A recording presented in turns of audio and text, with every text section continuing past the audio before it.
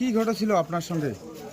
দেখুন, আমরা প্রচার করে যখন ফিরছিলাম, ফেরার পথে আমাদের ছেলেদের একটু টিফিন করার মানে গিয়েছিল, বলে যে একটু টিফিন করি, তা আমি বললাম ঠিক আছে, এদিকে টিফিন করে আমরা যখন বেরোচ্ছিলাম আমরা তখন দেখি থানার সামনে কিছু সংখ্যক তৃণমূলের কার্যকর্তা তারা ওখানে ছিল জড়ো হয়ে।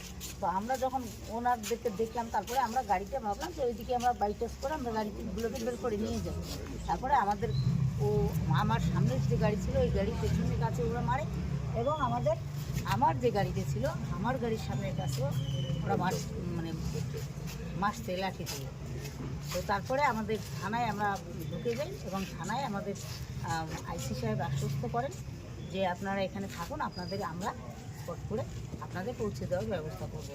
তাই আমরা আজকে এখন থানায় আমরা এখন ওনাদের সহযোগিতা আমরা বাড়ি যাই। আপনাকে কি প্রাণে মারার চেষ্টা করা হয়েছিল? সে তো অবশ্যই করেছিল, কিন্তু যেহেতু আমি শীতলকুচি বিধানসভার প্রার্থী, তাই হয়তো সেরকমভাবে, আর আমাদের সামনে কেন্দ্রীয় বাহিনীর ফোর্স ছিল, তখন ওনার সরিয়ে দেওয়ার চেষ্টা করেছিলেন।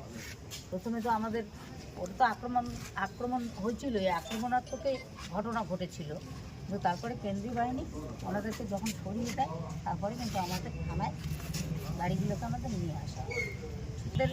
আমাকে সেইভাবে আক্রমণ না করলেও আমাদের কার্যকর্তা আমার সাথে যারা ছিল ওনাদেরকে অনেক হুমকি দেওয়া হয়েছিল এবং বলেছিল ট্রেনে নামাতে, মারতে, কিন্তু আমাকে অ্যাকচুয়ালি থানায় আর বেশি আক্রমণ ওরা করেননি।